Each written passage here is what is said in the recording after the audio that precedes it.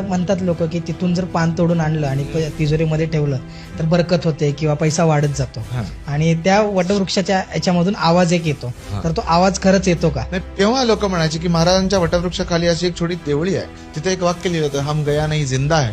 तिथं जर आपलं डोकं आत घातलं तर आपल्याला आवाज येतो की हम गया नाही जिंदा आहे किंवा भिवू नकोस मी तुझ्या पाठी, असं म्हणायचे. पण एक लौकिक अर्थानं जर बघितलं तर महाराज सांगतात की भिवू नको मी तुझ्या पाठीशी, ते कानात घुमलेलं आहे ते दिसतंय. पण असा कुठला एकदम काय म्हणतात की चमत्कारिक बाब म्हणून त्याच्याकडे बघण्यात काय अर्थ नाही.